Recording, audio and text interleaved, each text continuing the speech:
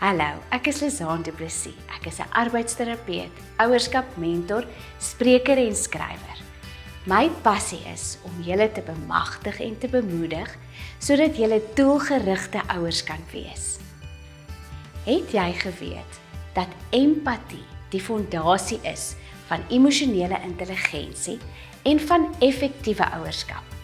Sonder empatie kan ons nie ons kinders werklik verstaan en 'n verhouding met hulle hê nie.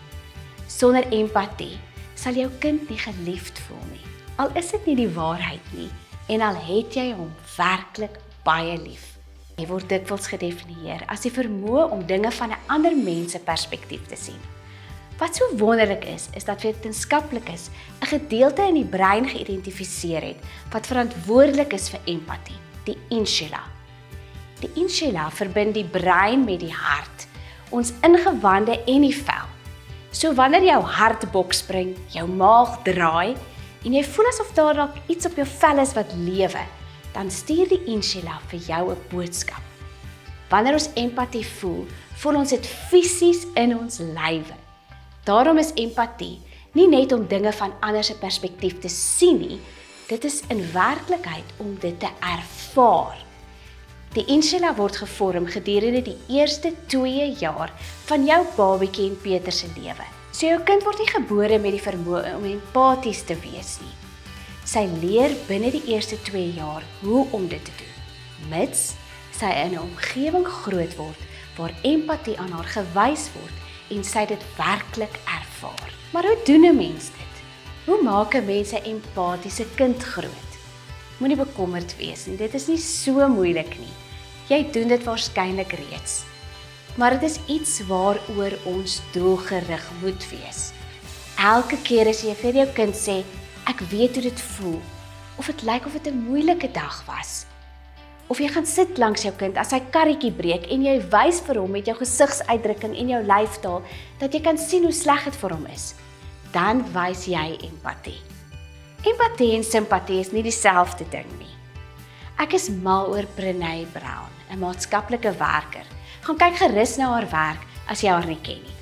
Sy beskryf die verskil tussen simpatie en empatie so mooi as sy sê, empathy feels connection, sympathy drives disconnection. Sy gebruik die illustrasie van iemand wat in 'n diep gat is. As jy empatie toon, klim jy ook af in die gat. Jy gaan sit langs die persoon, jy luister en jy gebruik taal soos, ek kan sien dit is moeilik. Dit beteken om te luister. Om te luister sonder die druk om enigiets te verander. Dit beteken ons kan onsself in ander se skoene sit, sonder om dit persoonlik te neem. Dit beteken wanneer ons sien dat ons kinders emosies toon, dat ons moet terugsit, asemhaal en ontspan.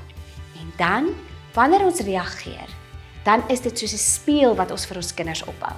Ons reflekteer vir hulle. Ek kan sien dit is vir jou moeilik. Ek hoor hoe moeilik is dit vir jou. Ek hoor jy is baie kwaad vir jou sussie. Dit lyk vir my jy is bekommerd oor die kamp. Jou kind moet voel dat jy hom verstaan. 'n Verhouding wat gekenmerk word deur empatie is 'n sterk verhouding. Wanneer jy empatie met jou kind het, sal hy minder alleen voel en voel dat jy hom verstaan. Wanneer jy vir jou kind wys wat empatie werklik is, gee dit vir hom die fondasie waarop hy toekomstige verhoudings kan bou. Of dit nou met sy maats in die klas is, of met sy lewensmaat, of met kollegas eendag. So spiere wat sterker word as ons oefen, word kinders se empathiespiere ook ontwikkel en sterker as hulle dit oefen. My droom is dat ons 'n generasie sal grootmaak met sterk empathiespiere.